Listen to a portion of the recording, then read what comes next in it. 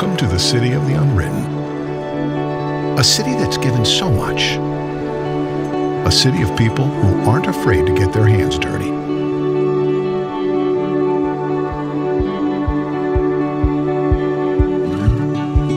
A city of makers, entrepreneurs, musicians, artists.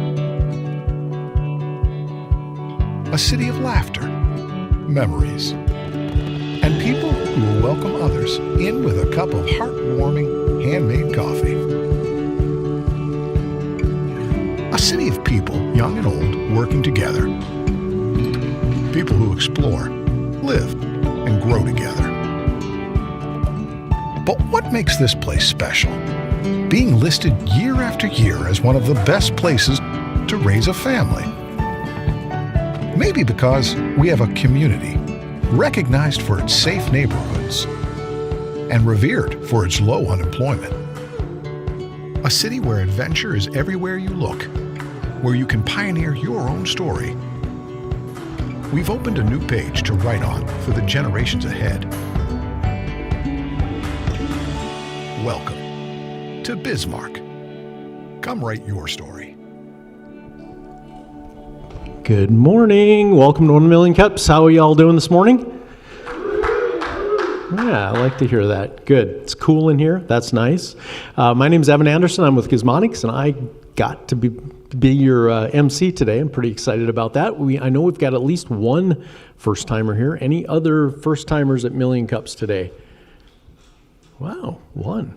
So very special. It's all about you today. Cool. Well, welcome, and I know we've got some folks streaming too. Welcome to you guys as well out on YouTube, and let's get this thing going.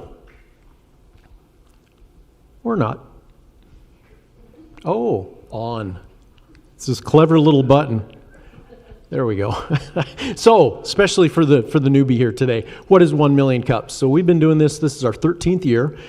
We put a community builder, an entrepreneur, somebody that's doing something very interesting, very cool in our community, put them on this stage and let them tell their story. And we also interact with that person at the end of the session. We ask questions, maybe share some contacts, do what we can to kind of help lift them up and do whatever we can to help make them successful. So the big takeaway there is, can we change the face of our startup community over 1 million cups of coffee? We haven't hit 1 million yet, but we're working on it. I've had half that today. All right, so we have a lot of great event sponsors that help make this thing happen year after year and Wednesday after Wednesday. These are our eventee sponsors. And then we have our Grande sponsors, I like to call the blue page. And then the tall sponsors. And these folks throw a little money our way and help us rent the theater. It's a great partnership with Dakota Stage. I don't know if you've noticed this place, they've got a new executive director. They're really, really working at a lot of things right now. In fact, rumor has it we're going to have some new seats in this theater coming up maybe in August, I think, right? So we may end up having to relocate for a week or two as they're putting the new seats in. We'll let you know as soon as we know. We're waiting to hear from them on that. But so they're really doing a lot to refresh this place and keep it as fun as it is. So, and then these are our in-kind sponsors. These folks allow their staff, their employees to come and work as part of the organizing team and make this thing happen. We're putting on an event every single Wednesday, and it takes a lot of people and a lot of effort and energy to do that. So thanks to all of those. As I mentioned, we do Q&A at the end, so please be thinking about your questions for Phillip as he's talking today. And you never know, was it last week? We had a little random act of swag for the first person that asked a question. No promises, but just be thinking about those questions. That's really a big part of the benefit here, I think, for all of us, is just this interaction that we get to have with the speaker. So be thinking about those questions. I don't see Ross, so I think Joe's going to be running the microphone for us today. All right, community announcements. We have a handful of these today. First, it is National Chicken Wing Day. Oh, and then Ross just showed up. Hey, Ross. So you're off the hook, Joe. It is National Chicken Wing Day. So I looked into this a little bit, and turns out the first chicken wing, I'm like, I don't remember chicken wings being a thing way back in the day. Turns out 1964 in Buffalo, New York, at the Anchor Bar, One of the proprietors, her teenage sons came home late and were hungry, and all she had were some chicken wings that were set aside for some soup or something, and she made up this special concoction of spices and deep fried them, and the rest is history. So we've had chicken wings ever since. So with that in mind, you may want to go out and grab some wings tonight. Okay. Alex. Good morning, everyone. Alex Kowski over at the Bismarck Mandan Chamber EDC. Another reminder that our Bismarck Business Pitch Challenge is live. If you are an entrepreneur or you know any young entrepreneurs looking to take that next step in their business and compete for, as you can see, a grand prize of $15,000, please get signed up. Entries are still live. You can see the deadline is August 21st, so you'll hear from me a couple more times, but really encourage any and all entrepreneurs looking to compete for that $15,000 plus a lot of nice in-kind gifts. Please get registered for that. So thank you. Yeah, thanks, Alex. All right, coffee and conversation. There she is. You guys have all seen this before, so I'll be quick. Once again, our nonprofit networking group meets the first Thursday of every month, so we invite anyone who's involved with a nonprofit to come, whether you're a volunteer or a paid employee. And if you're not involved but you're interested in becoming more involved in the nonprofit sector, you can come join us too. You know, we're always talking about challenges, opportunities to get involved, and so maybe there's something you have a solution for. We're going to be talking about AmeriCorps and how that program can help nonprofits with their capacity building, so you can learn how to be a site host. We're bringing in an expert in that, the Strength in ND that runs that AmeriCorps program for North Dakota. We meet at BSC Energy Center, room 103, so join our Facebook group if you want, or you can email me if you want to get on that list. I send out a calendar invite so it gets on your calendar. All right, and then also keeping with nonprofits, Bisman Community Foundation, we are awarding 3 Community Impact Awards to honor philanthropy and contributions to the nonprofit sector in Bismarck Mandan. They do not have to be affiliated with the North Dakota or with the Bisman Community Foundation in any way. So if you know someone who's an amazing volunteer, you want to nominate them for our Volunteer Impact Award. Whoever wins gets to give a $500 grant to a nonprofit of their choosing. Someone who is younger and, starting and contributing to nonprofits, and then also someone who's kind of like a philanthropist of the year, right? All around, they maybe contribute a lot of money, are helping in a big way with nonprofit initiatives. So visit our Facebook page or our webpage. We've got some forms, simple forms to fill out so you can nominate someone. Thank you. Thank you. Leadership ND, Caitlin.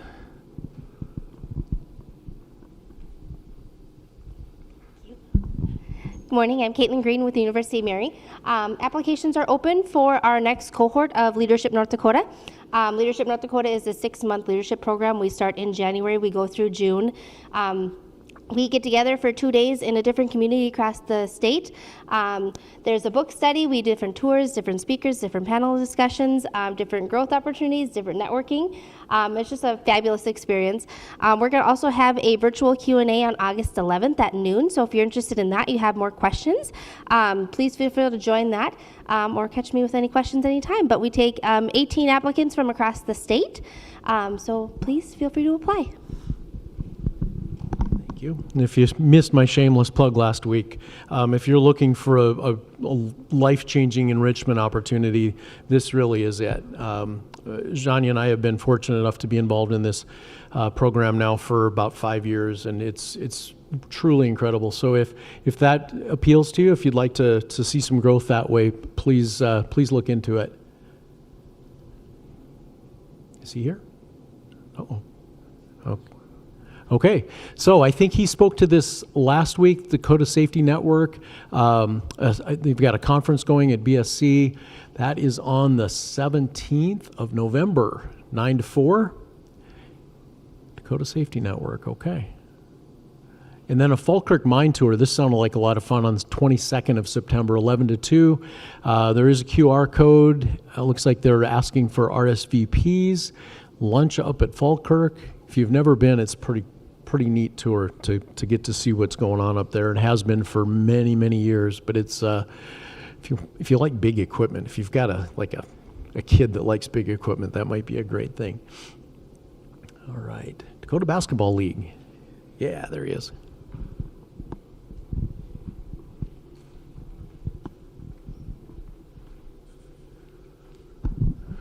Hey guys, my name is Markel Evans. I just wanted to share that, I don't know if you guys seen it, but there's going to be a new professional basketball league here in North Dakota. There's going to be a couple teams starting off with, Bismarck Capitalists, which I am going to be a part of. There's going to be a team in Minot, Fargo, Grand Forks, and Williston. We're going to have our first event, I think January 9th. We're going to start off with a kids clinic, and there's going to be our first game at like 11:30, and then we're going to have like a skills challenge, dunk contest, three-point contest, and so on. But I've been working closely with the owner, and he's looking for some sponsors to, help launch the business and get help out local community. Help out the local community businesses and getting their name on either team jerseys, the court, whatever. I do have a sponsorship package, so if you're interested in learning more about the DBL, reach out to me. And then if you're interested in possibly looking at sponsoring or partnering with the DBL, I can connect you with the owner. But yeah, just reach out to me after this, and I will have this up pretty much every week until then. Thank you. Little deja vu there, like remembering Larks talking all those years ago about bringing baseball to Bismarck. So that's pretty exciting stuff. All right, Chris. With a slide. Chris Kalish from Ann Carlson. Just wanted to tell you all about an event that we're having, a fundraising event on Thursday, August 13th. It's our 14th annual Suits and Boots. We've moved it to 1603 main events. There are still sponsorship opportunities. You can buy individual tickets, and we're also looking for volunteers. One of the parts of the evening that is super exciting and fun for everyone is a live auction. We've got some really cool things that have been donated. Have to be present to be able to bid on the live auction. We will have silent auction that people can participate in just online. But these things include an ice fishing trip at Woodland Resort in Devil's Lake, opportunity to bid on a suite at the Ralph Engelstad Arena. We're going to have some football tickets from NDSU, dinner on the roof at Stonehome, the top of the First International Bank and Trust. They'll do a special dinner for 8. Those are all things that you can bid on during our live auction. And the one that we think is a huge draw, and again, must be present to bid, is an opportunity to bid on being able to have dinner with Josh Jamel and his wife. So if you have interest, you can get tickets using the QR code. If you're interested in volunteering, talk to me. Volunteers do get to be at the event, and we'll cover your meal. Thank you. All right. Anybody else with an announcement this morning before we get rolling? I want to take a minute, and Adam is up in the booth. He's the guy that put all of the booth stuff together all those years ago. He's visiting. He moved here not too long ago to Minnesota, so he's visiting today, and thought that's a good opportunity to thank all of you guys that do the booth work. That's what makes the streaming possible. It makes lighting and all of the other stuff. So I want to do a little round of applause for our tech team.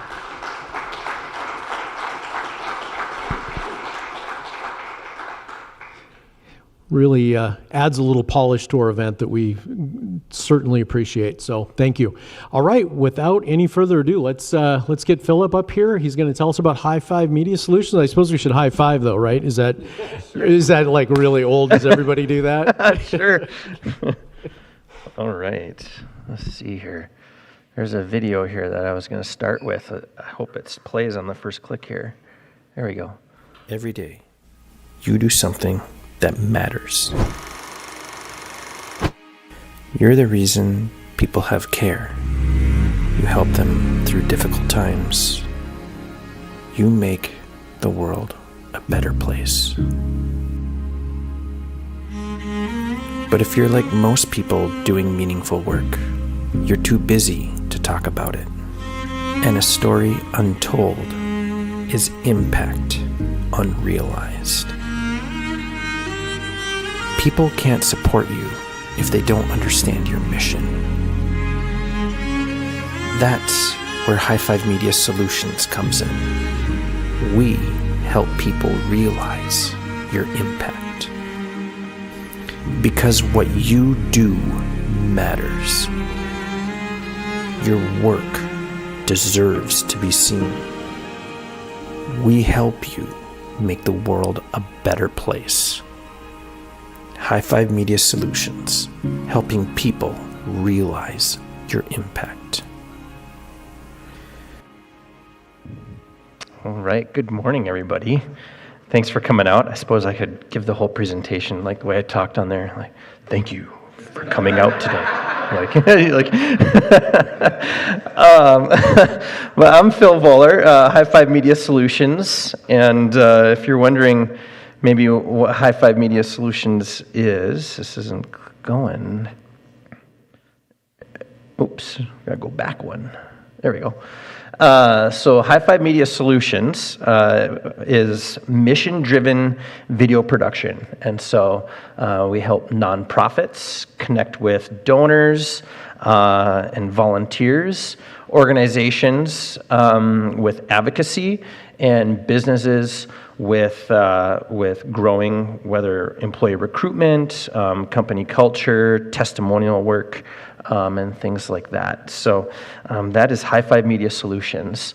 But before I got into video production, a little bit on my background, I went to school for music education. I have some incriminating pictures in this presentation here and there, and that one is one I question now.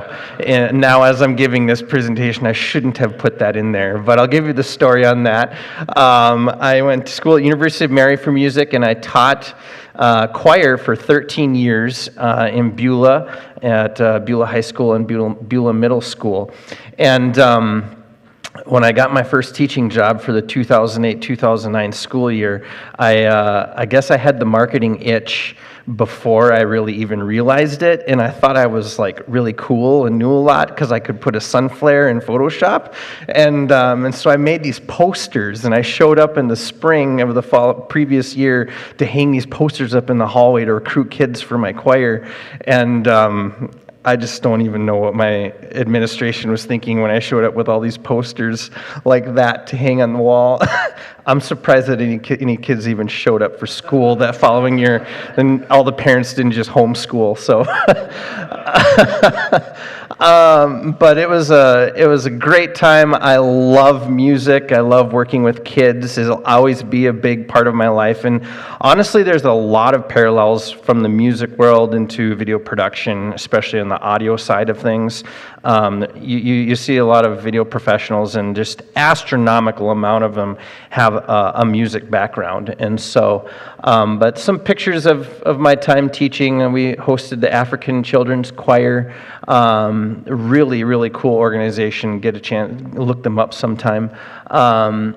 They help orphan kids in Africa, and they do tours and sing, and then they raise funds, and then give them education, and then over here I had a chance to direct an honor choir, and so yeah, a lot of great years there. And when I wasn't teaching school, I worked out in the summer months out at Falkirk Mining Company. So it's kind of funny that in the announcements, you guys had announced a tour out at Falkirk, and I was like, well, I did that for 15 summers. It started as a summer college job, and then I kept doing it throughout the summer when I was teaching, and that was a good day. That was a day I got to take my son through on a tour, and my time at Falkirk taught me a lot. Didn't know anything about mining going into working there, and so just got kind of thrown into the fire and learned how to learn and adapt, and I got exposed to a lot of different careers. That's the cool thing about Falkirk in the mining industry.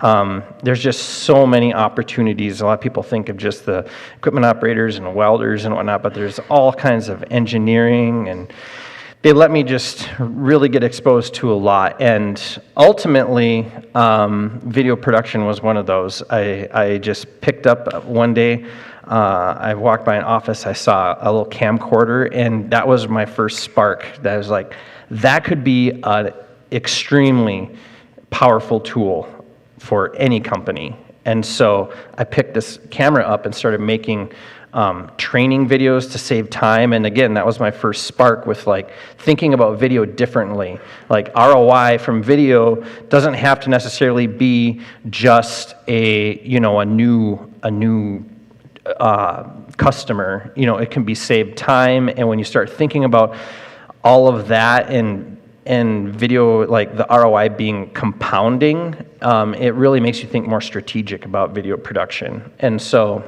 And the messaging and just how powerful it can be.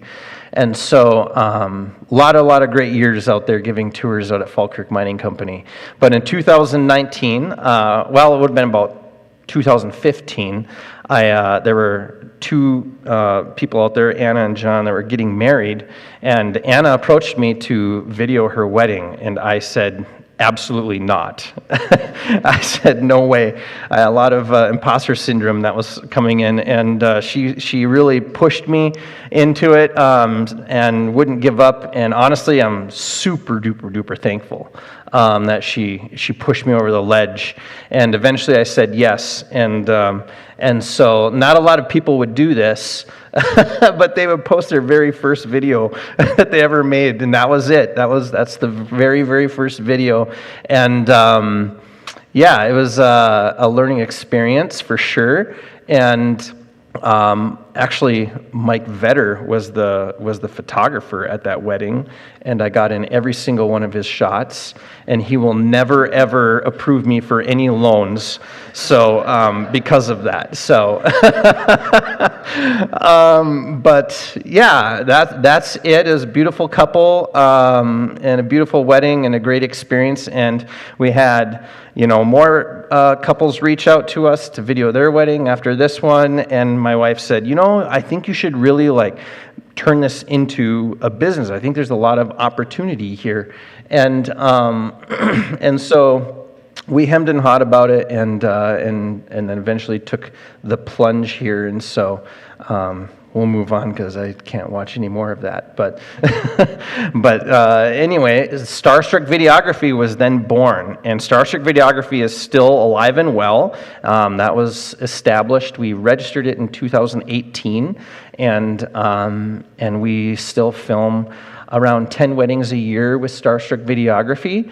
And my wife, for a long time, second shot with me all the way up until just recently now. She's actually taken a little bit of a step back, and she's pursuing a nursing degree. And so it's pretty cool to watch her chase her dreams, and super proud of her. But that's been a learning experience for me, because now I get to bring on employees and work with them in a 1099 contractor form, and so it's been a really cool thing to see her do that. And so Starstruck Videography is still going, and then in 2019 is when I decided to quit giving tours at the mine in December 2019 and do that full time in just the summer months. And little did I know, in a few months, the world would shut down to social events, and here I was. So that was a learning experience, but we did pretty well that year and got through it, and things kept growing. And then in 2022, I had to make a decision. I got too much here. I got with teaching, and we have 2 kids, and so I decided to resign from teaching and pursue videography full time. And so after I did that, then I decided to create a second brand, and this kind of goes well with the 1 Million Cups presentation of business strategy. There's 2 separate clients there, and so I wanted to create a separate brand just for business, nonprofit organization work, and that would be Hi5 Media Solutions, and so. Why Hi5 Media Solutions exists is because Starstruck Videography is more personal memories of, it has a lot of, I can't remember the word, but it's very personal, like memories is what you're keeping from for people. Where with Hi5 Media Solutions, I wanted to create emotional work that inspired people to make their communities better and take action and help businesses grow. And so it's a totally separate client. And when you have a business client approach you, they don't want to see wedding work. And so it was very important for me to create that second brand of Hi5 Media Solutions. And so, there we go. It's super important for me to bring that emotional aspect from weddings. And a lot of people don't understand from the wedding world, coming from that is like the crucible of learning video production. Like you are thrown into super fast-paced, sometimes chaotic situations, and uncontrolled environments, and you're put in positions where you learn to problem solve very, very quickly. You don't necessarily know always what you're going to get walking into a wedding. There are no redos, and so it's a live event, and there's a lot of additional pressure with that, and you have to have a lot of redundancy built into how you capture that. There's a lot of systems put into place. And so it's the crucible for it, and we've filmed some incredibly emotional moments as well. A lot of people don't realize some of the things we see in weddings. A lot of people think of horror stories and people fighting, and we don't really see any of that with what we do. But I could give you some examples. Some of them are just too much to even really talk about. But we had a bride that the groom was 100% colorblind, and she surprised the groom with seeing color glasses at their first look, and we've had situations where they've had family members pass away, a couple weeks or days before the wedding, and so, weddings look different then, and then sometimes you have complex stories when things like that happen, and they want people somehow worked into their wedding film with home footage, and how do you work that into their story? And so complex storytelling, I think, is something that we see once in a while with the wedding world, and that has really given me leverage into especially the nonprofit and organization space. And so since launching, we've gotten some recognition through the community votes. Honestly, I don't really push it at all. Didn't even really know I was part of it until all of a sudden here we are. And so Starstruck last year we got some with both, and then this year as well. And North Dakota Professional Communicators Association. We got Hi5 Media Solutions got 2 first places this year and a second place, and then in September, October, we've also got one that will have some a national award as well, and so pretty excited to see that. So one thing about video production on the Hi5 Media Solutions side, again, working into that emotional element, making you feel it and making that emotion draw you in, is facts inform, but stories move people. The thing is people will never forget the way that you make them feel. And that's super important to me. I want you to feel something when you watch a project from Hi5 Media Solutions. That's my goal. Emotional storytelling. We've been telling stories for thousands of years. It's how we learn.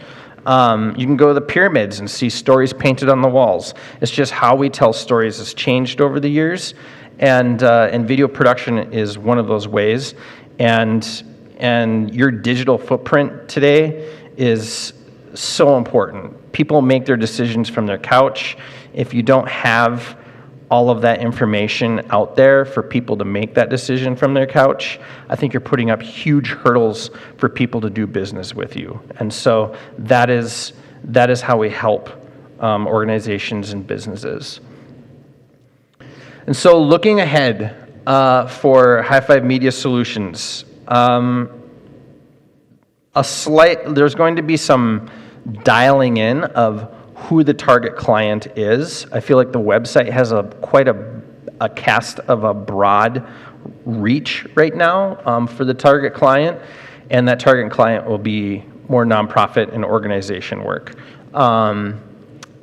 I'd like to get more behind the scenes. It's something I have to work on. I'm very bad at getting behind the scenes. I just am so ingrained in what I'm doing that I forget about myself and marketing myself, and that always tends to come last. I feel like a dream project of mine would be a full documentary. That's a dream project. I've got some ideas of what I'd like to do for a dream project of a full documentary, but just kind of looking for ways to make that happen. And yeah, that'll come when it comes. But that's something that I think is down the road for Hi5 Media Solutions. But of course, more stories and coming from the nonprofit and the organization realm. So, are you telling your story in a way that people will remember it? That's the question, and that's what I want to help with people moving forward. So, thanks for coming out, and I'm open for questions now.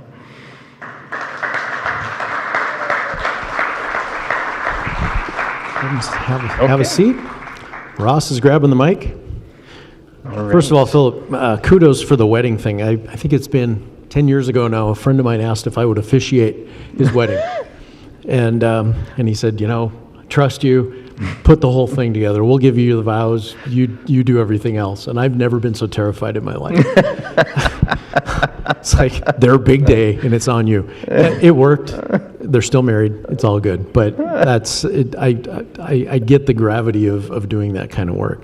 I guess real quick, listening to the story, the bridge from the wedding work to the nonprofit, was there a particular nonprofit that you had some experience with, or what kind of sparked that transition?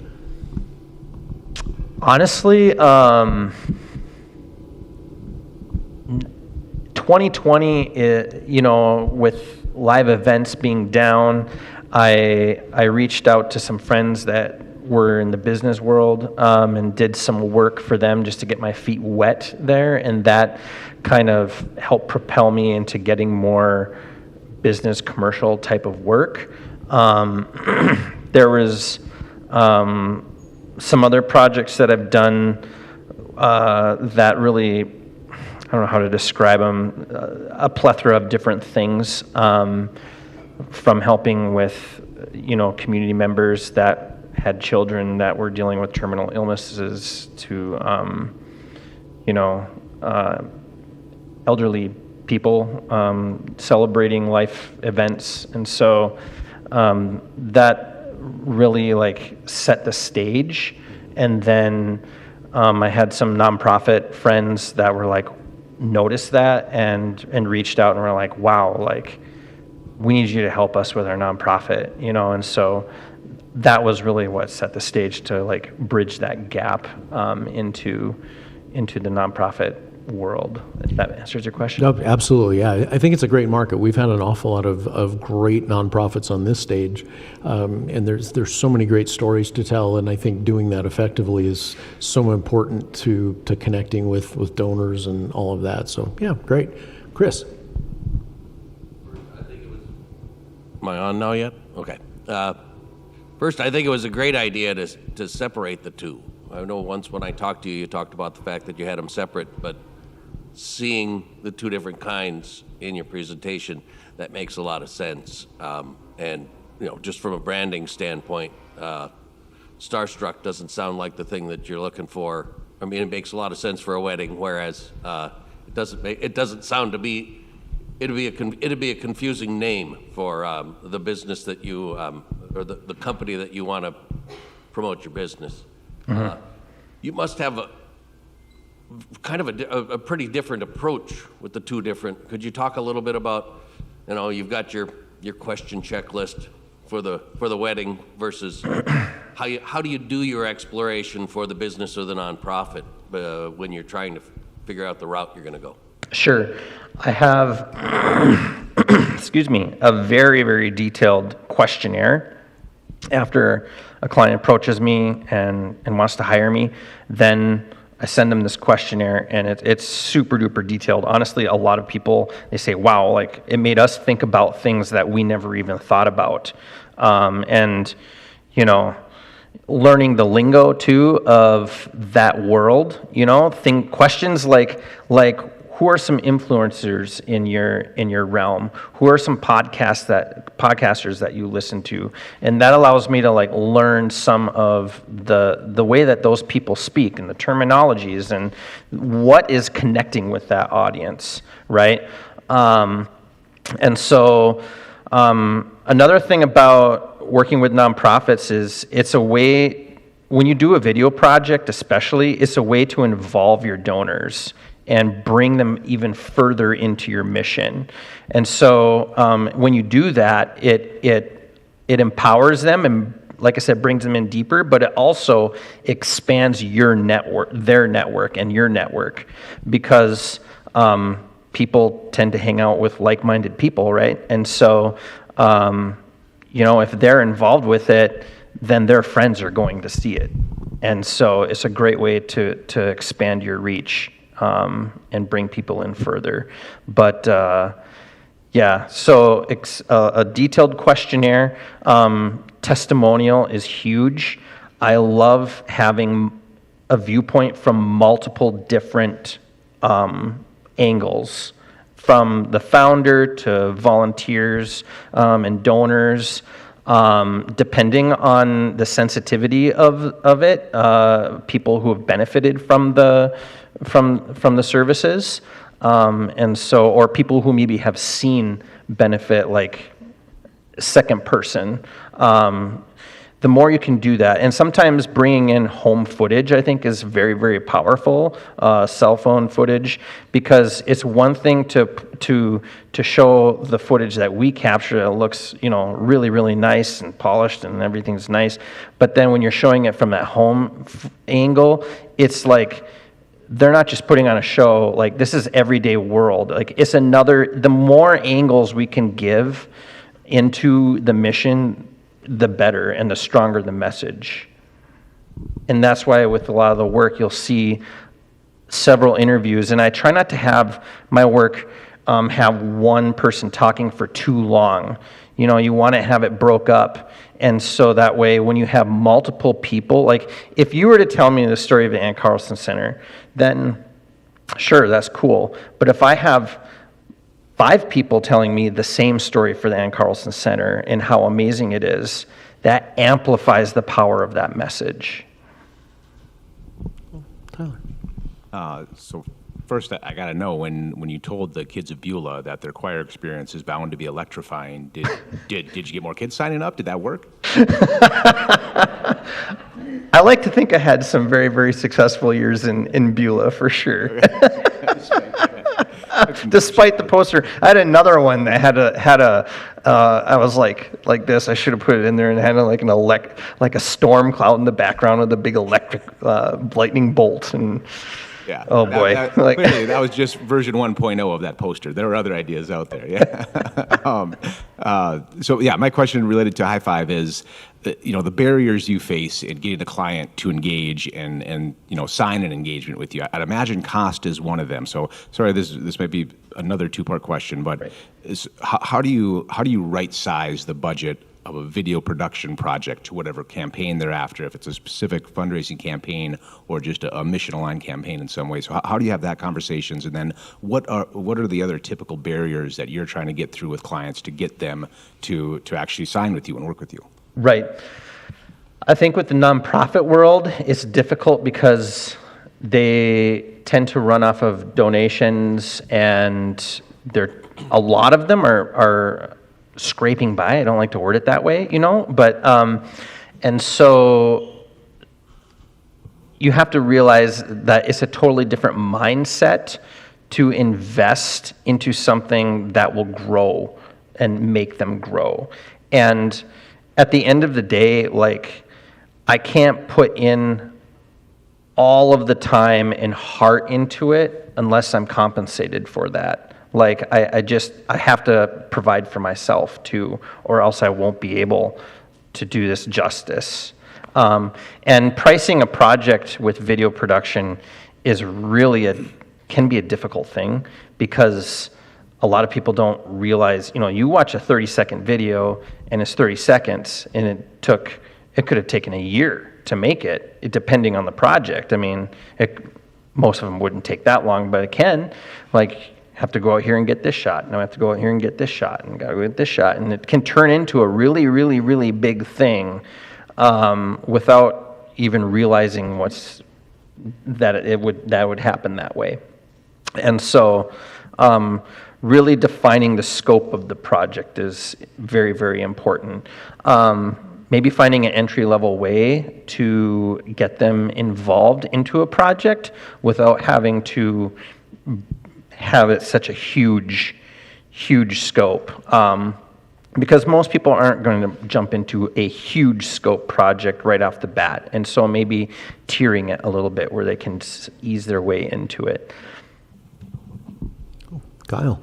Say, I'm wondering how you are, if you're embracing AI, using it. Is it a big competitor of yours? Like, I can type in, make an emotional video for me, and it can maybe make something, but I really liked yours more. So how are you using AI? Sure. I honestly, it's something, I'll be honest with you, I haven't dabbled in it as much as I should have already. I think I'm a little bit behind, honestly, a little bit on AI video generation. I think that is definitely going to be something that is becoming more and more prevalent. And as a video, professional, it's something that I feel like I'm going to have to be proficient in. But I do think that for this kind of work, it goes the other direction of AI, and people are wanting to connect with people. There is a lot of pushback on AI from the consumer side, and so it's hard to replace that real connection, that emotional. And that's my goal with Hi5 Media Solutions, is to create that super emotional, like, I can't explain it until you saw in the first one, like, it just pulls you in, like, it's real, you know what I mean, and raw. And that's my goal with Hi5 Media Solutions, is making real, raw video content. But learning AI is something that I think is going to have to be implemented at some point. It might even mean a totally different service. That is what that looks like, or how it's implemented. I'm not quite sure. It's not going anywhere. It's only going to go up, and so I'm not afraid of it. But I think it's something that needs to be embraced, but we have to be careful how we embrace it. It's interesting you mentioned that pushback. I know personally, it's hard for me to read or watch something that I knew somebody spent 23 seconds on. Exactly. Well, actually, spent 2.3 seconds querying, and then the rest just happened. And it's why would I spend my time watching something, or So it'll be interesting to see how things play out in that way, right? Right. Yep. Hey, there's someone who knows something about video. Hey, Keenan. Hey, Phillip. Keenan here with Threefold. Hey, I'd love to know what surprised you most when you started a business, and even when you started a different business, or kind of started Hi5. What surprised you, in that industry being different than wedding? Well, I think you can relate. The back end work, the editing, and it can become very overwhelming. I think, again, the word crucible, I think every videographer goes through that at some point. When they start out, especially, they take on all these projects and they don't even really realize what their cost of doing business is. They don't really realize just how much goes into this, and then all of a sudden here they are with this huge backlog, and then they got to catch up. And luckily I caught that before that it became really, really overwhelming. with the Starstruck side. And so when I jumped into the Hi5 Media Solutions side, I was prepared for that and knew what I was getting into. But the toughest part when I started Hi5 Media Solutions was connections. I thought that I had connections. I thought that it would just happen, and that was absolutely wrong. And learning how, Starstruck Videography is a bit more business to consumer, right? And Hi5 Media Solutions is more business to business. And learning how those I don't like the word transactions. It's a relationship. How that works. That it's a relational element to it, and making those connections and thinking and making those connections was difficult at first, and still is. Honestly, I'm still like, wow, I got to like grow my network even more. You'd mentioned that marketing is sometimes kind of the last thing that gets done just because you're wrapped up in everything else. What do you do in the marketing realm? And then I guess the second piece of that question is, who is kind of an ideal nonprofit client for you? What does that look like based on your experience? Whether it's their mindset, whether it's the mission, the size, what kind of elements are you really looking for? I'm not even really sure how to quite answer. Right now, it's just pretty broad.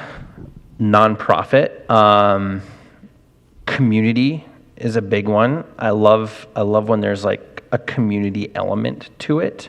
Bringing people into being something part of bigger than themselves. Startups are difficult sometimes because they don't quite necessarily have the messaging always dialed in. And so having that mid-tier to upper tier is a lot easier because they have a lot more dialed in audience and who they serve and how their workings are, and how they're going to implement it too. Implementation is a big part of it as well. There's there's two pieces of the pie there. You have to have the video made right, and you have to have the implementation right. And if you have one of those, you don't have a full pie.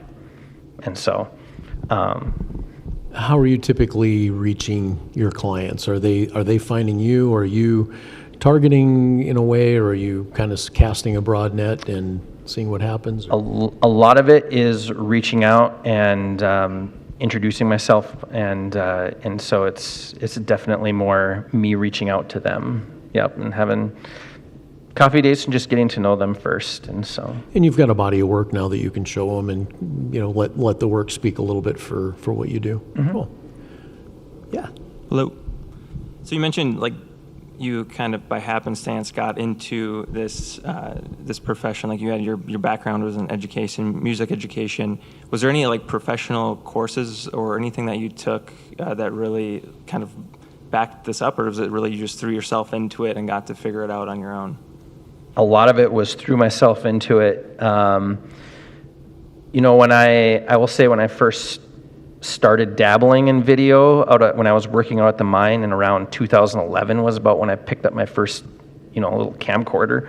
And then when I got into doing weddings, I found some podcasts, and I spent a lot of time driving back and forth from the mine and back home during work days. And so I'd spend about 2 hours a day driving round trip, and I listened to podcasts all the time. And I learned a ton from listening to podcasts, and then reading books and YouTube videos and you name it. But there were no like college classes that I took necessarily. A lot of it was just trial and error and learning. And so you can't ask a question at every million cups you come to if you don't ask it the first one. There we go. How did you come up with the name Hi5 Media Solutions? All right. I wanted it to, first off, Hi5 is something that we do when we celebrate success, right? And I wanted to create projects that create success and help businesses grow. And so that's why I had the Hi5 element to it. And then I wanted it to have a little bit of play on words because I wanted it to be very connecting, the work to be very connecting. And so when you connect with people, you say hi, like it's very inviting. And so that's why I put the hi in there and then the 5 to make it the play on words. And the media solutions, media because it's video, and then solutions was more because it's more strategic. I wanted, there's a difference between just video and then there's video strategy and thinking deeper about what video can do for you. And so that's why I put media solutions underneath it. Ross, are you ready? It's my turn. Uh-oh, the last question. The last question. So, thank you for your presentation today. Thank you for what you do, especially with the nonprofit community. There's a lot of passion with nonprofits. So you bringing that to life and to show that the people's hearts in your videos is really awesome. So, what can we, as the 1 Million Cups community, do to help you to succeed? I would say. Connections would be the biggest thing. Introductions, connections, and supporting the local film community as well. I think, I think those are the 2 biggest things. Cool. Yeah. Well, you'll be down here for a few minutes if anybody wants to chat with you. So let's hear it for Phillip. Thank you for being here. Thanks. You're very welcome. Okay, looking ahead, we have Schmidt seasonal service coming next week, followed by a publishing company. This book, in fact, we just ordered a couple of copies from Amazon. They're going to be here on the 12th, and then The Edge, Markel, who we heard from a little bit earlier, is going to be here on the 19th. So please plan for that. As I mentioned earlier, we may have a venue moving around a little bit. We'll let you know as soon as we know if they're installing seats in here, or we could just do a stand-up thing. I don't know if they'd let us do that, but also wanted to mention, I think I touched on this a little bit last week, but put on your calendar right now, November 11th, it'll be an evening event. It's our end-of-year celebration that we've started doing, I think, ever since our 10th is where we kind of started this tradition of having an end-of-year celebration. More than likely, I think we're going to have space this year to do kind of the trade show sort of version like we've done in the past, where it offers speakers from this year an opportunity to set up a table and give the participants an opportunity to interact with them. So it is going to be great. There's some really exciting stuff. I think we're aiming to make this the best we've had, so please mark your calendars now. These are all the ways to stay in touch with us, the YouTube stream and the Facebook page. That's all I got. Thank you guys so much for being here. Stay cool out there, and take care.